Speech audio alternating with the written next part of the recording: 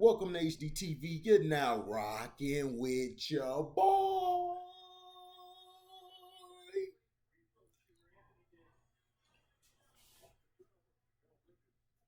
Sure did.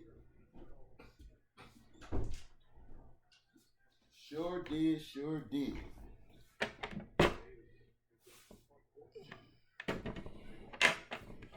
Okay. Now, all right.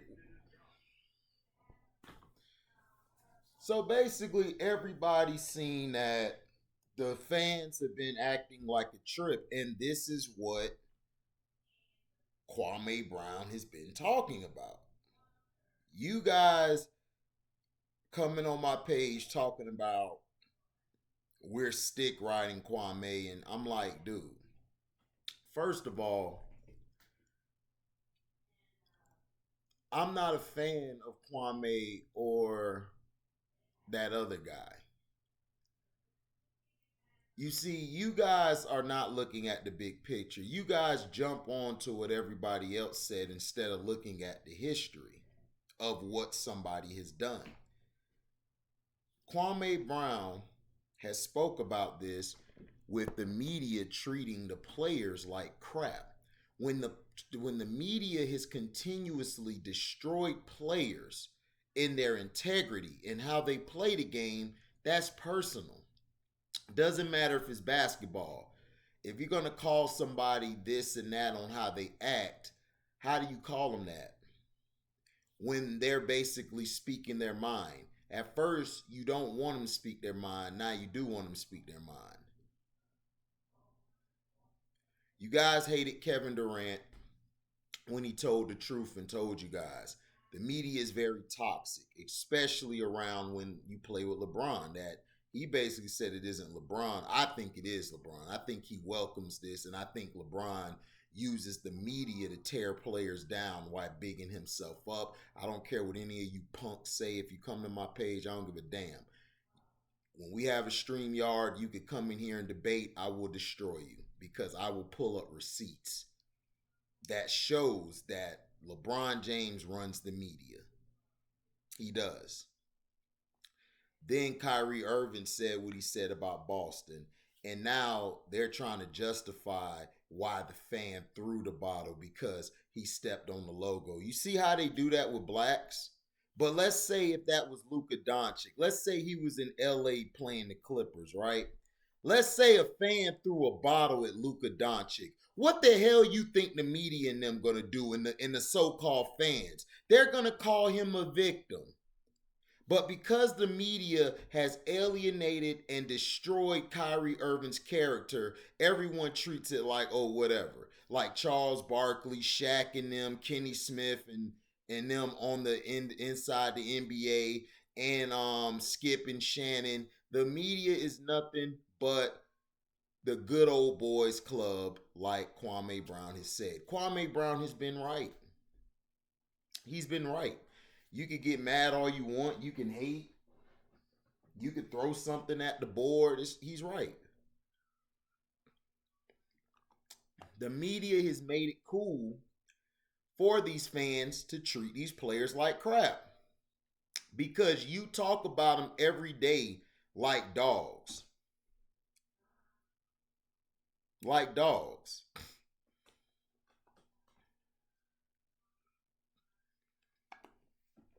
Now, this is what I don't understand. When Kevin Durant and Kyrie Irving step away from the game, you guys will miss them. It's going to be the same thing about Kobe. You guys hated on Kobe for years, decades. And shout out to Ticket TV for putting for going on that show with that one guy, I think Barbershop Conversations. I don't know. It's all these shows. But he had Jason Coonlock running away from the mic. And then what pissed me off is this. If you're a host of a show, if I'm the host of the show, I'm going to put that person's foot to the fire. I don't care. I'm putting your feet to the fire. You're going to explain yourself on how you've been disrespectful to black athletes, especially Kobe Bryant. How you, along with the media, continue to tear him down because of an allegation that he wasn't found guilty on. And then people are going to talk about, well, he paid something, so that no, idiot. The case was trying to be tried criminal. They debunked the witnesses, all of her stuff. The prosecution was going to go after her because her friends said that she was a HO.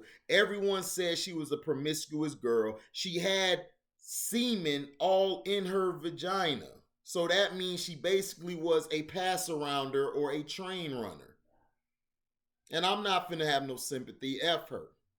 Because if this was a white athlete, you guys would have said that white athlete was innocent and you would have been blasting her if it was a white athlete. But because it was a black athlete, you guys got the energy to go off like you do. And this is the problem I have with the media. I don't care if Kyrie Irving stomped on the logo. Good, because I hate the Boston Celtics. I hate the city of Boston. I hate all of those fans because of what they do to black players. They disrespected Bill Russell for years.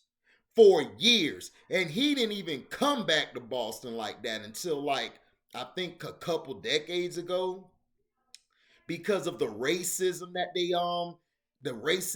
had to endure, and he was in the time during the civil rights movement and all of that.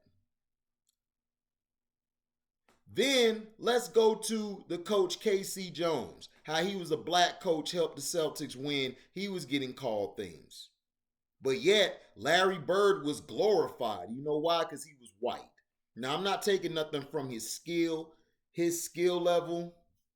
He is a great basketball player. He's probably the greatest of all time or one of the greatest. I have no problem with that. I'm the one who picked him over Jordan. I believe he was a better basketball player than Jordan. But let's call it what it is. Him being white gives him a pass in Boston.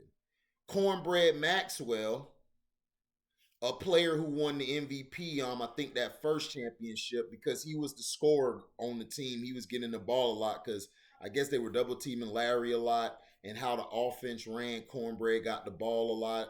Cornbread was nice. He could ball. He talked about the racism he received in Boston. There's been plenty of players to say that. Now, if you play for them and the fan base, yeah, the fan base will love you, but they're still racist. That fan had no reason to throw the water bottle. Because if Kyrie Irving would have got hurt and would have got serious injuries, then what? You and the media and you idiot fans would have been like, yes, yes. Y'all would have clapped. Because you know why? Stephen Coon Smith, Max don't know a damn thing, aka fake rapper Kellerman, and then you got Nick Gonzo Wrong, who would have just they would have tried to be sympathetic, and then they would have went a day later to tear him down again. This is the problem. Back when I was growing up, they didn't tear down these athletes like this on the thing. They would talk about the game, they would keep it journalistic, and they would move on. the media the media got besides themselves when they tried to blame Michael Jordan for his father's death, which everybody was like, oh, that's out of bounds. Oh, that's out of bounds. Yeah, because that's Michael Jordan. But if it was any other black player, you guys would have just said, whatever, that's is what it is. You fans are despicable. And this is going out to all the fans. I don't give a damn if I got a bunch of dislikes. Fuck you fans. Fuck all you fans. For any team, fuck a fan. I'm not a fan of a player. I am a person who just roots for a team, or I root for the NBA or root for the NFL. But all you fans are despicable. You have miserable lives. You guys treat these athletes and treat these guys like they're animals in the zoo. And you do. A lot of you guys have racism built up in you, but you try to act like it's not. Then what you white people or whoever like to do, y'all like to try to y'all try to like to push the blame somewhere else and try to say a black man's being racist to you when he calls you out. Black man ain't racist. White people are racist because they feel they're the superior being. They feel all we're good for is entertainment. They feel all we good for is dancing in a ring.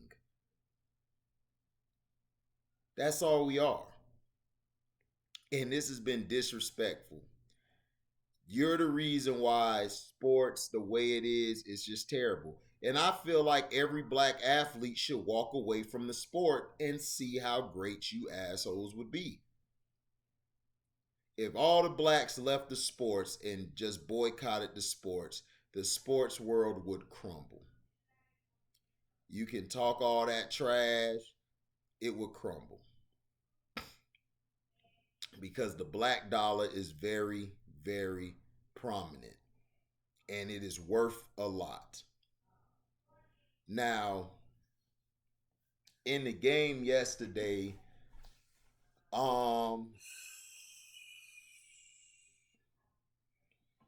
this weekend, man, the games have been crazy. Let me see something.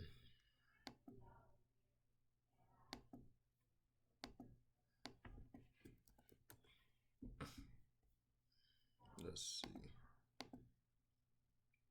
Cause now we can go over the games. It's very despicable, man. The media, that's the thing that Kwame Brown is right about. And y'all can hate on Kwame Brown all you want, but Kwame Brown's right. Kwame Brown was right. The media treats players so bad that the fans feel like they can talk and do whatever to the players they want. Now on Saturday, I predicted I thought the Heat would I said the Heat would get swept because game 3 I thought they could pull that out, but they didn't, so I said they would get swept. They did. The Heat started off good. They were hitting shots. Bam was going inside more. Jimmy was hitting some mid-range shots. Dragic and them were coming alive. Iggy hit some shots, and then when the second half came, Milwaukee just ran them out the gym. So there's not much to talk about that. Giannis was dunking on them.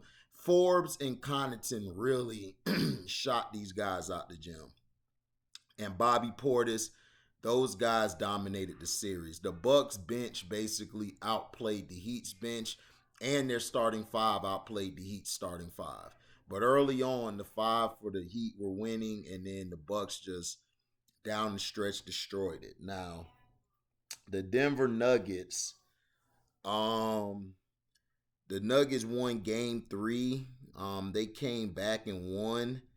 But in game 4, the Blazers they were going back and forth, and then the Blazers just shot them out the gym. Dame Lillard and CJ McCollum just went off. Carmelo was just killing them, and Nurkic was just dominating down low. And it was a lot of chippiness in this game. So you could tell, these guys really don't like each other.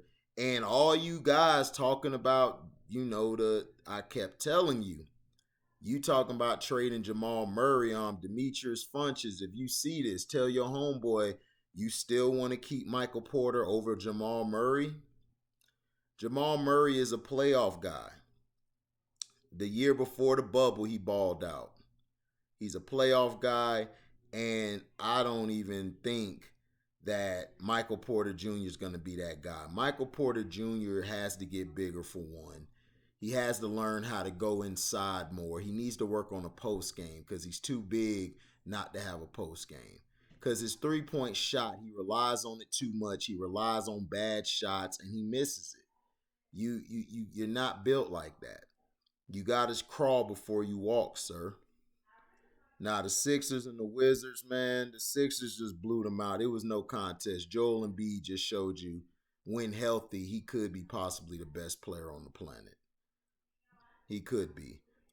Russ was, still dealing with that injury. I don't know if he played a lot. And then Bill, he was okay. But they're done. Now, the best game of the night was the Jazz and the Grizzlies. Man, the Jazz and the Grizzlies was crazy. The Grizzlies was going toe to toe with them. And then down the stretch, Donovan Mitchell hit a crazy three and got fouled on it. That kind of switched the momentum back to the Jazz. With the Jazz and Grizzlies, this is a great series. This series and the Hawks and Knicks up until yesterday was the best series. But the Jazz and Grizzlies have been a great series, and the Jazz are deep. Clarkson came off the bench and was just killing them. Bogdanovich is just a problem. I don't know what it is, him and that other Bogdanovich, they got to be brothers. Because they clutch. They hit all the big shots. And when they hit the big shots, it takes the life out of you. Ingles is okay, won all that, but the Grizzlies, man, Jackson was okay. John Moran and Dylan Brooks were just balling, man. But Mike Conley and Donovan Mitchell are showing they're the better backcourt. Rudy Gobert's defense has been intricate in him getting the rebounds and blocks. He's been muscling. If Rudy Gobert has his games where he's dominating Valanciunas and Jaren Jackson, they're straight. Because Jaren Jackson isn't big. Like, you could push him out from the low post. And that he needs to work on that in the offseason, is work on his size. He needs to get a little bigger, and he needs to work on playing down low. Now, yesterday's game, the Hawks beat the Knicks, man, because the Hawks cannot guard Trae Young.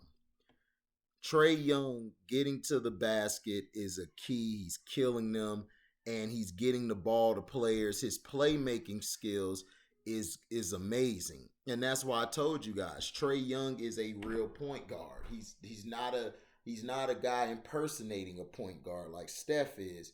He's actually a point guard. Now, Julius Randle did a little better, but he still isn't living up to his MVP honor, like his MVP how do I say? He was up for MVP, and he's looking like he shouldn't even been up for it. But the Hawks have been playing good on him. They've been putting different bodies on him to switch up on him, and which is great, which you need to do, because it gives you a different look defensively. And that's how the old school players used to play. Nate McMillan, when he played with the Sonics, him and Gary would guard the best guys. They would switch up and everything to confuse the offensive player, because it's different styles of defense. Some guys are physical, some guys are finesse, and they'll just get to your spot before you get there. They won't bang you as much. But the Hawks won this game. Bogdanovich and Herter just shot them out the gym. Lou Williams came off the bench. The Knicks do not have a good bench. And plus, I don't think they play quickly that much.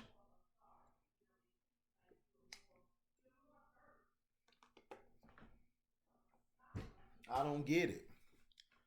I don't get why they didn't play quickly that much. But Alfred Payton's in the doghouse, so he's not coming back. Screw the Lakers. I don't care about their series. Screw them until the Brownies leave.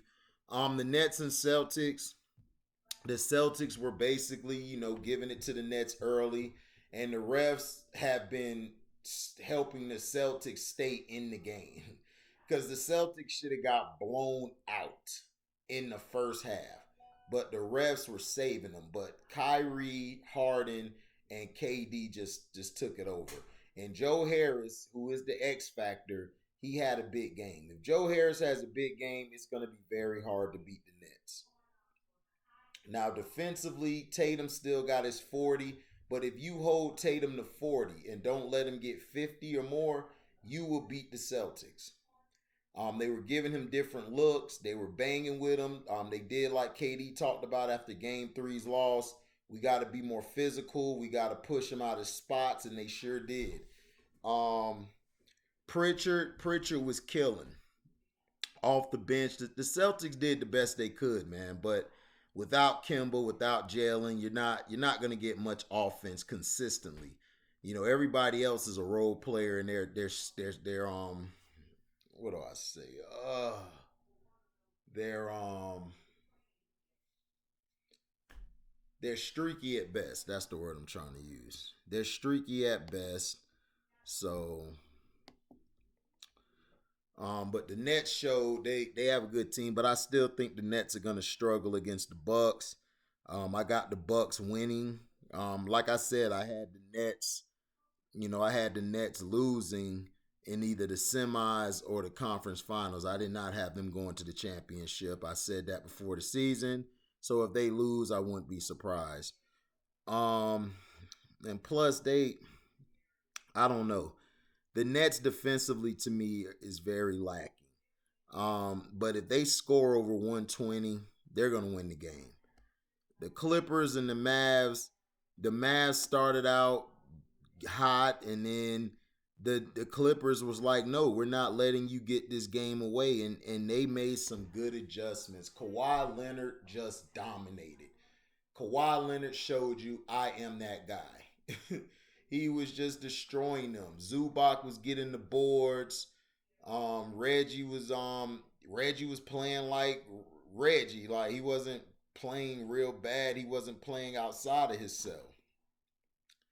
Paul George was good going in the middle. He was getting to the basket more because what Paul George likes to do, he likes to shoot that dumb 3-point shot all the time when he doesn't need to. So he played good. Who else you got? You got the Mavericks. They did what I knew they would do, and I told you guys. The Mavericks are a streaky team. They're streaky. They've been streaky all year. The first two games, I told you, they could look like the greatest team ever, but the last two games, they look like the worst team ever. And they get hot in periods, but if you pressure them, if you bang and defend those perimeter players, those role players, you will beat the Mavericks because Luka down the stretch, I keep telling you guys, down the stretch, Luka struggles a lot and he can't shoot free throws. I would foul him if I'm defending him and then I foul him. Good. Because just don't let him get an and one. Just cut him on the line because he's going to continue to miss free throws. This guy's terrible at free throws. He's been like that all year. All year I've been telling you guys, man. All year. All year I've been telling you guys.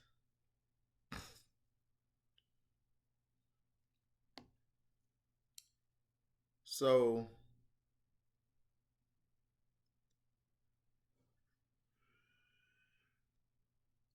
so you got to understand. And then look, here they're playing this narrative. He's in pain. He couldn't turn his neck to his left, and that's difficult for a guy that relies on peripheral vision and basically has played his whole life with his head on a swivel. Luka Doncic is the new LeBron James. That's who he is. He's a new LeBron James, except he actually can play. He actually can ball. He actually has skill. He's the new LeBron. He's very soft. He's crybaby-ish. And when things aren't going his way, did you see his body language? That's what I tell you guys. Him and LeBrownies, if you go watch LeBrownies and watch him, they're both the same guy. They have bad body language. They don't know how to hit their free throws, and they struggle down the stretch in certain games. It just is what it is. You could be mad at me telling the truth. You can say all these things. I don't give a damn. It's the truth. The guy's a big crybaby. That's all he does is cry. So the games the